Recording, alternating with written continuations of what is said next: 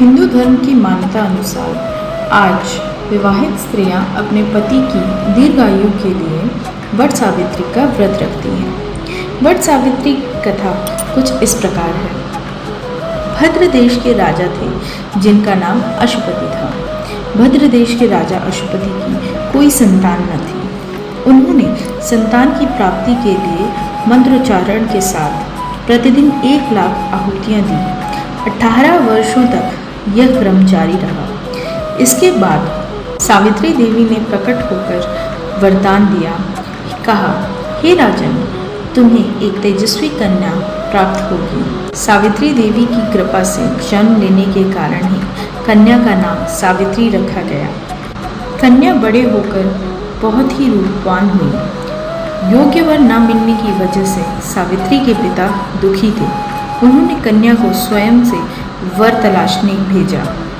सावित्री तपोवन में भटकने लगी। वहाँ सलव देश के राजा घुमत रहते थे, क्योंकि उनका राज्य किसी ने छीन लिया था। उनके पुत्र सत्यवान को देखकर सावित्री ने पति के रूप में उनका वरण किया। नारद ऋषि को जब ये बात पता चली तो वह राजा अशुपति के पास पहुँचे और कहा, हे राजन, यह क्या कर रहे हैं आप? सत्यवान गुणवान है, धर्मात्मा है और बलवान भी है, पर उनकी आयु बहुत छोटी है। वह अल्प आयु है। 1 वर्ष के बाद ही उनकी मृत्यु हो जाएगी। नारद ऋषि की ये बात सुनकर राजा घोर चिंता में डूब गए। सावित्री ने उनसे कारण पूछा तो राजन ने कहा, पुत्री, तुमने जिस राजकुमार को अपने वर के रूप में चुना है वह अल्प आयु है। तुम्हें किसी और को अपना जीवन साथी बनाना चाहिए। इस पर सावित्री ने कहा कि पिताजी, आर्य कन्या अपने पति का एक ही बार वरण करती है। राजा एक बार ही आज्ञा देता है और पंडित एक बार ही प्रतिज्ञा करता है और कन्यादान भी एक ही बार किया जाता है। सावित्री हट करने लगी और बोली, मैं सत्यवान से ही विवाह करूंगी। राजा ने सावित्री का विवाह सत्यवान से कर दिया। सावित्री अपने ससुराल पहुंचते ही सास ससुर की सेवा करने लगी। समय बीतता चला गया। नारद मुनि ने सावित्री को पहले ही सत्यवान की मृत्यु के दिन के बारे में बता दिया था। वह दिन जैसे जैसे करीब आने लगा, सावित्री अधीर होने लगी। उन्होंने 3 दिन पहले से ही उपवास शुरू कर दिया। नारद मुनि द्वारा कथित निश्चित तिथि पर पितरों का पूजन किया। हर दिन की तरह सत्यवान उस दिन भी लकड़ी काटने जंगल चले गए और सावित्री भी उनके साथ गई। जंगल में पहुंचकर सत्यवान लकड़ी काटने के लिए एक पेड़ पर चढ़ गए।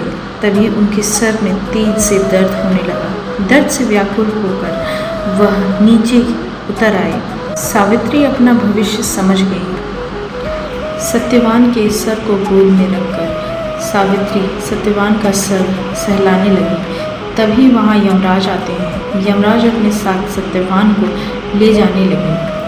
सावित्री भी उनके पीछे पीछे चल पड़ी। यमराज ने सावित्री को समझाने की कोशिश की कि यह विधि का विधान है, लेकिन सावित्री नहीं मानी। सावित्री की निष्ठा और पतिपरायणता को देखकर यमराज ने सावित्री से कहा कि हे देवी, तुम धन्य हो, तुम मुझसे कोई भी वरदान मांगो। सावित्री ने कहा, मेरे सास ससुर वनवासी और अंधे हैं, उन्हें आप दिव्य ज्योति प्रदान करें। यमराज ने कहा, ऐसा ही होगा, जाओ अब लौट जाओ। लेकिन सावित्री अपने पति सत्यवान के पीछे पीछे चलती रही। यमराज ने कहा, देवी, तुम वापस जाओ।